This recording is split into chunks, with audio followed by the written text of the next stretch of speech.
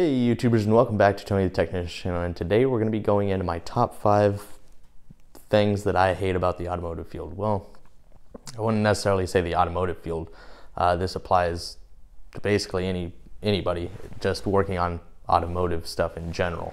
So if you're not a mechanic or technician, this can still apply to you. This can be the 5 things that I hate when working on cars. If you guys think of one that I didn't think of, this is just off the top of my head, the first 5 that I could think of.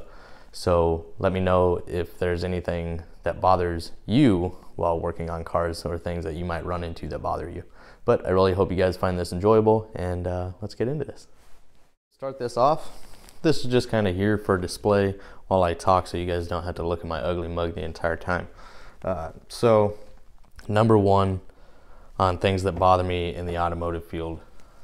Now this kind of in general, not specifically working on a car, but whether it's a coworker or family or friend or neighbor or whatever, but somebody borrowing tools. And not just borrowing tools, I'm okay lending a tool out here and there, but returning them, whether they're dirty when I give them to you, which I'm pretty sure they're not going to be dirty when I give them to you, but returning them dirty or damaged and trying to hide it or play it off like you didn't do it, that's a big pet peeve of mine. That's number 1. So I always expect the tools to either be returned to me the same cleanliness or operation, or if you break it, own up to it and just let me know. That's fine. Because most of the time the stuff is lifetime warranty and I can get it replaced really easily. But if I go to use it next time and I don't know it's broken, I'm going to be pretty upset. So next up is going to be working in tight spots. That's something that really irritates me. I have a short temper when it comes to certain things, and that is one of them.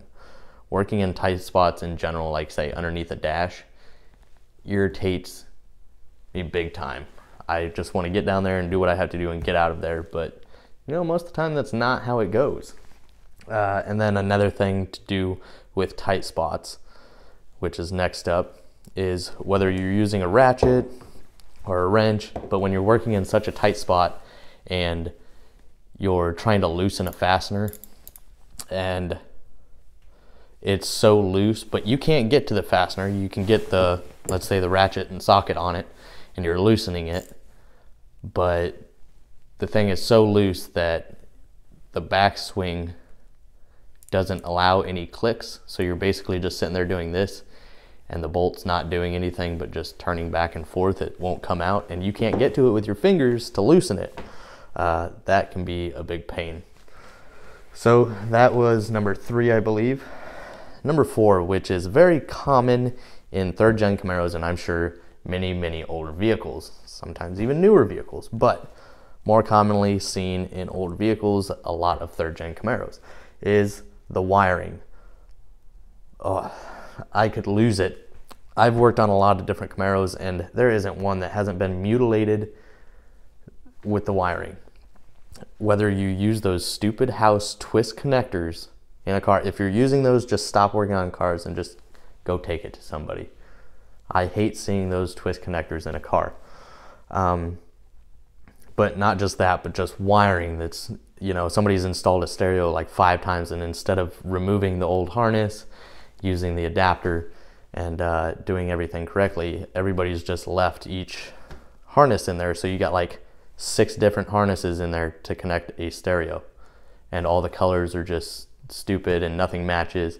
And and when somebody, you know, just starts wiring stuff up and has no idea what they're doing, whether they're not using a relay or, you know, just connecting to whatever, it just bugs me trying to figure out wiring issues, especially when it comes to multiple people messing with wiring. And I'll throw some pictures up in here of what I mean.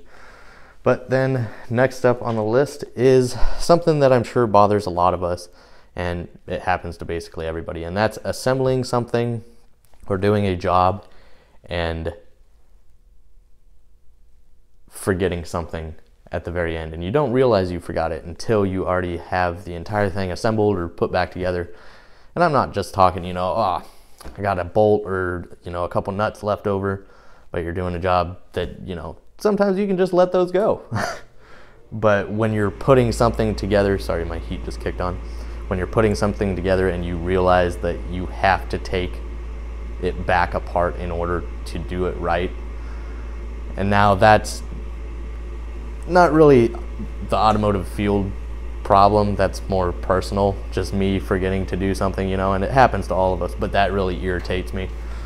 But that's really my top 5 things that irritate me about working in the automotive field.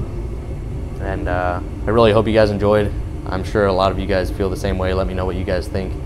And if I forgot something that you guys, you know, or something that really irritates you guys while working in the automotive field, or just automotive in general, please feel free to drop it down in the comments. I always like reading your guys' comments and responding to you guys. So thank you guys all so much for your support, and I'll see you guys in the next one.